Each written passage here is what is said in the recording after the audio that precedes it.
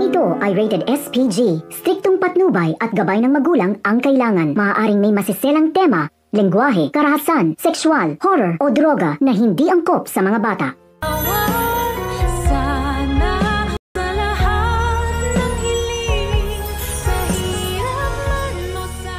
Dahil sa hindi maitatago ni Lynette na mas mahal pa din niya si RJ kesa kay Doc Carlos, dito na nga lalabas ang tunay na pag-uugali nito, at magagawa na nito na saktan si Lynette ng paulit-ulit, dahil sa selos na nararamdaman nito.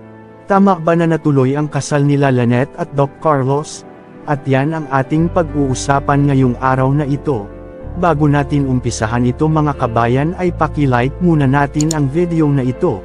Maraming salamat po. Sa hindi inaasahan ni Lynette na lalabas pala talaga ang ugali ni Doc Carlos na hindi pa niya natutuklasan nung hindi pa sila kasal nito.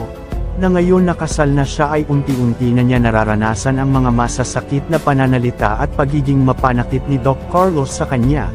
Dahil sa pagbigay sa kanya ni RJ ng chocolate, ay hindi nga napigilan ni Lynette na mabanggit ang pangalan ni RJ sa harap ni Doc Carlos. Na ikinagulat nito na si RJ ang mababanggit ni Lynette sa pagtanong niya na gusto din pala ni Lynette ng chocolate.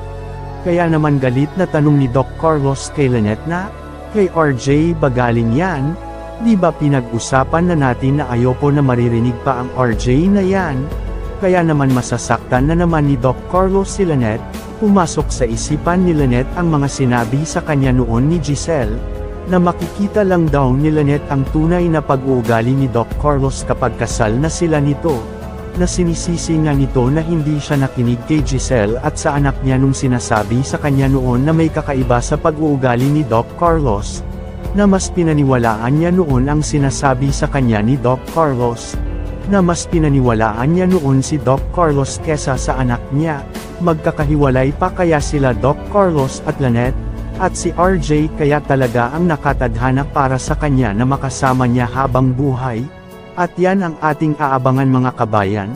Bago ang lahat, huwag po natin kalimutan na i-subscribe, like at i-click ang notification bell para lagi kayong update sa mga susunod ko pang mga video upload. Maraming salamat po sa panunood sa aking munting channel Maxine Vlogs. Bye bye po.